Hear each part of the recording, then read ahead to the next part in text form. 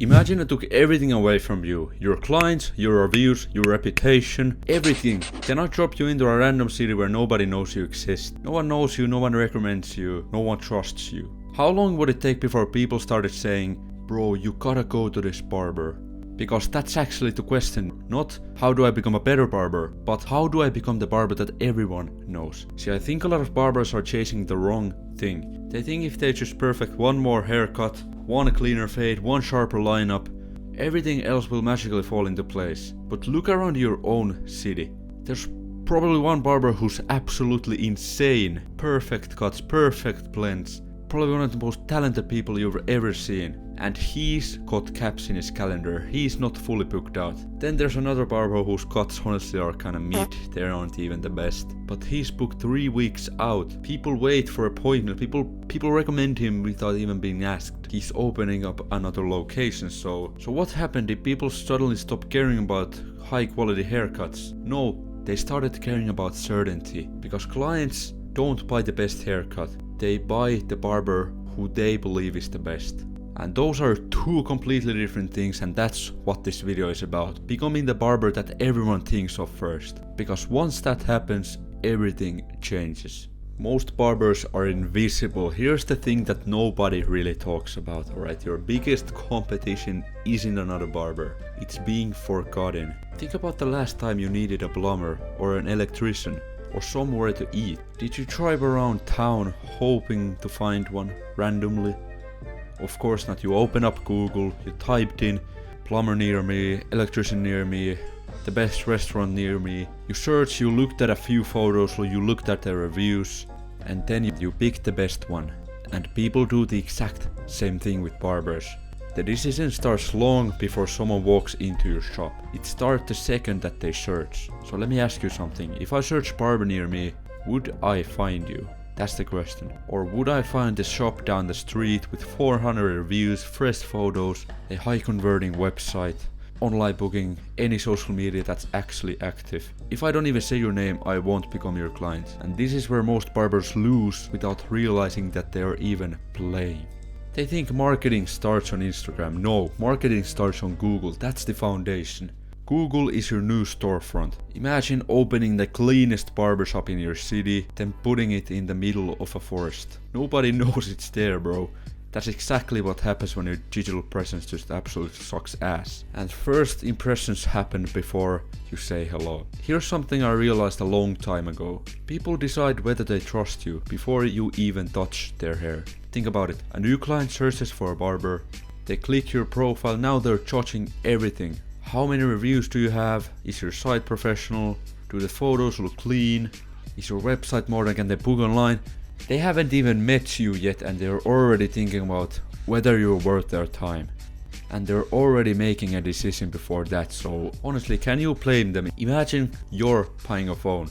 Would you rather buy it from an Apple store or some random guy in the parking lot? Alright, clients are doing the exact same thing when they compare barbers. Every little thing builds trust or destroys it. And trust is what gets appointments, not talent. So here's what I do on day one. If I had to start over tomorrow, this is literally the first thing I'd spend my time on. I'd completely optimize my Google business profile. Not because it's exciting, it's boring as shit, I know, but because it makes money. I'd upload high quality photos every single week. Not just haircuts, the shop, the atmosphere, people smiling behind the scenes, before and afters. Then I'd ask every happy client for a review, every single one, not whenever I remember to ask. Every appointment gets asked for a review, because reviews compound, right? 3 reviews don't impress anyone, 300 do. Then I'd reply to every single one of them, I don't care if it's good or bad, and I'd make sure every service is listed, every hour is correct, every question is answered. And then I'd build a website, a simple one-page website where people can book. And before I click off because websites sound boring or technical, let me explain why, alright? Websites are probably one of the most important things that you can build in your digital presence. Because most barber websites are terrible, half of them don't even exist. The other half still looks like they were built in 2016. Imagine walking into Louis Vuitton, for example, and someone hands you directions to a flea market. It kills trust instantly. I will not trust that person anymore. So your website should answer one question. Why in the hell should I book with you? Fast. So sections to add are like who you are, what you do, examples of your work, before and afters, reviews, book now, and that's basically all that you need for now. You don't gotta add fluff there, you don't gotta add essays, no paragraphs on how passionate you are about barbering.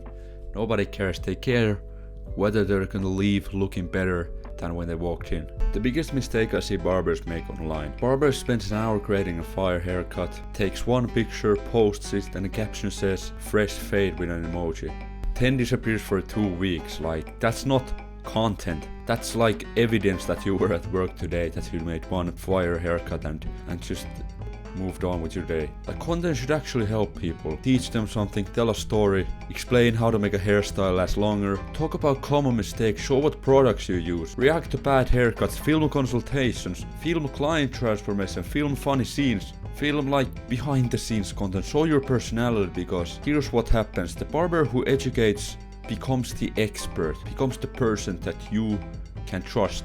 The barber who only posts finished haircuts looks exactly like everyone else. If I open Instagram right now, could I tell your content apart from every other barber? If the answer is no, that's your problem. Right, and people don't remember businesses, they remember people. Think about your favorite creator. It's probably not because they have the fanciest camera, it's because you feel like you know them. Same thing applies here. People don't want to book a logo, they want to book you, that's why you should be on the camera. Talk, tell stories, share your opinions, show your personality. Most barbers avoid this because they think, I don't like being on camera. Neither did almost every creator when they started. Hell, I don't like being on camera, but I do this content because I want to make views. But the difference is some people push through it and the others stayed invincible. So remember, people trust faces, not logos.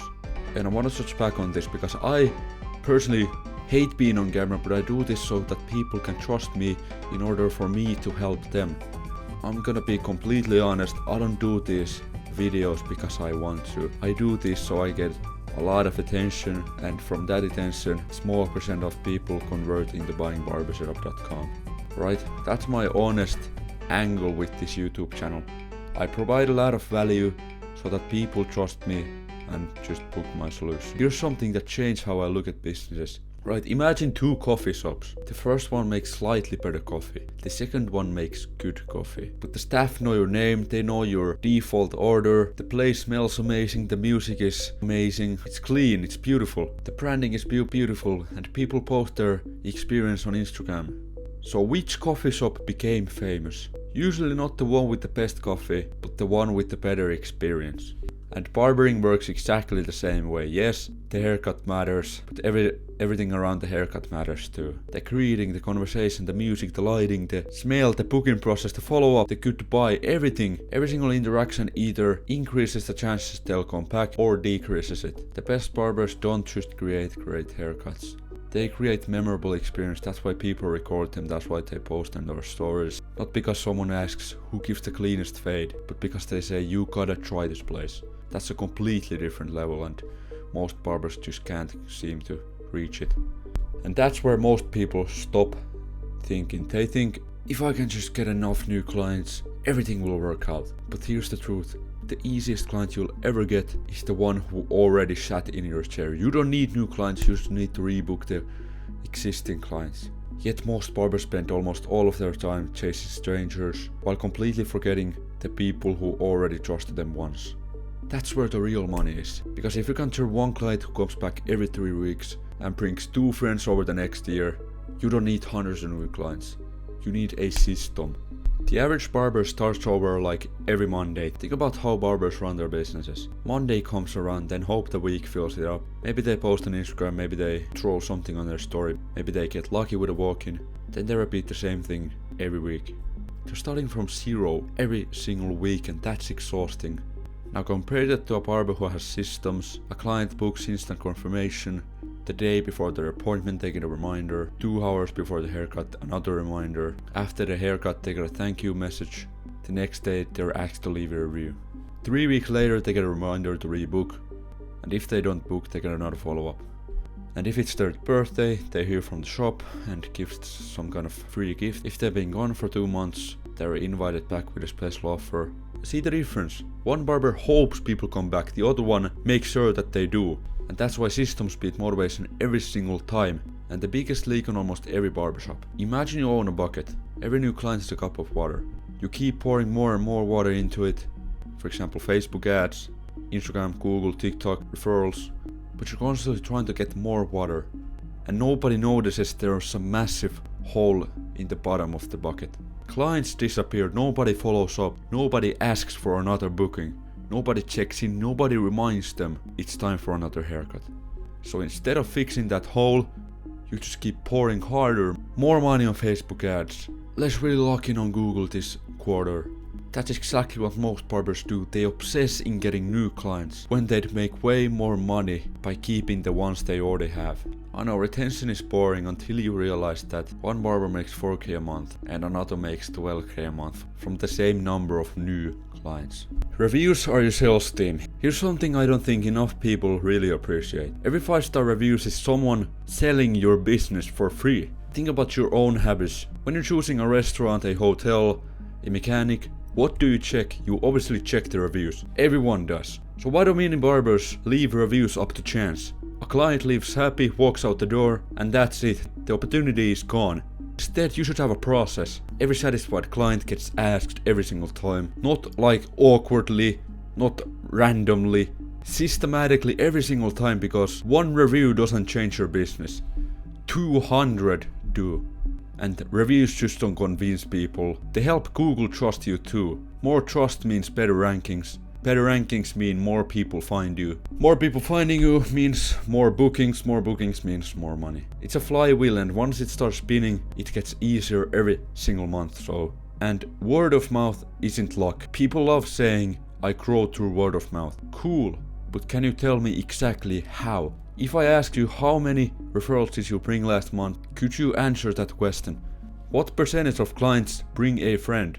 Do you reward referrals? Do you even ask? Or are you just hoping? And the best barbers, they create referral moments. When a client leaves looking incredible, you need to take a quick photo and tag them. Send them the photo, people comment, their friends see it, and now someone asks, where'd you get your haircut? Referral. Someone gets complimented at work. Referral. Maybe your client posts a quick selfie before going out. Referral. Your job is to make those moments happen as often as possible. So don't wait for word of mouth. You need to engineer it. And stop thinking like a barber and start thinking like an owner.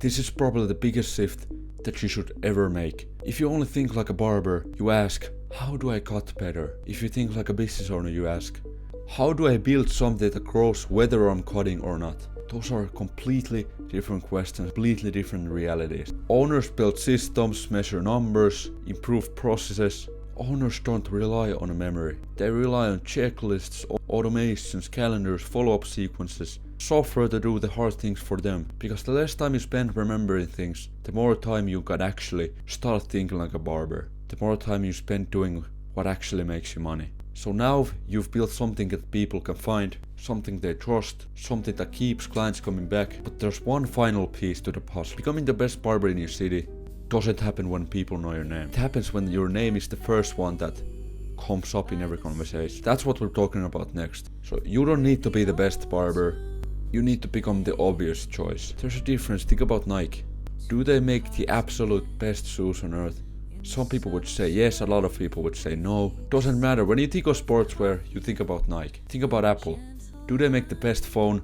Some people swear they do, and others will argue to death point that Samsung is better. Again, doesn't matter. They're the obvious choice.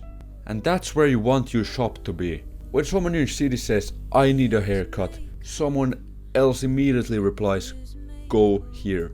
That's what you're building. You're not building the perfect fade, you're building a reputation so strong that people will literally argue to death on whether they should book with you.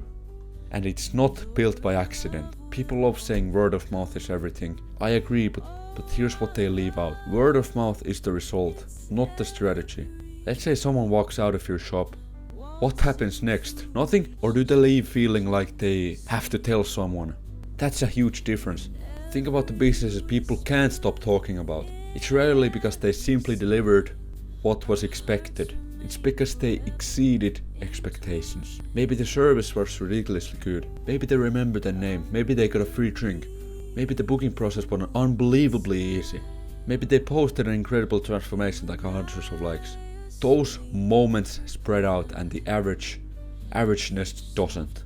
People don't tell their friends about average. They tell stories, so ask yourself this. What story are your clients leaving with? Not, yeah, he got my hair. But, bro, you have to check this place out. That's the difference between having clients and fans. Build a business people cannot ignore. This is where I think our industry gets it backwards. Everyone talks about getting more clients. Hardly anyone talks about becoming the business people naturally choose. Imagine your shop 6 months from now on. Someone searches on Google, you're one of the first they see. You have hundreds of reviews. Your photos actually look professional. Your website loads instantly, booking is insanely easy and takes 30 seconds. Your Instagram is full of transformations, tips and real personalities, content that actually gets to clients. People tag you, clients recommend you, all clients come back without you actually chasing them. Calendar is filling because systems are working every single day. Now compare that to another shop, no website. Last Instagram post was like 5 weeks ago. 32 reviews with an average rating of 4.1. Nobody follows up with clients. Everything depends on the owner remembering to do it. Which business wins over the next 5 years? Think about it. And it's not even close, bro. Obviously the first shop. And here's the crazy part. Neither of those businesses cuts hair while they're asleep. But one of them is still growing while the owner was asleep. Because systems do not clock out ever.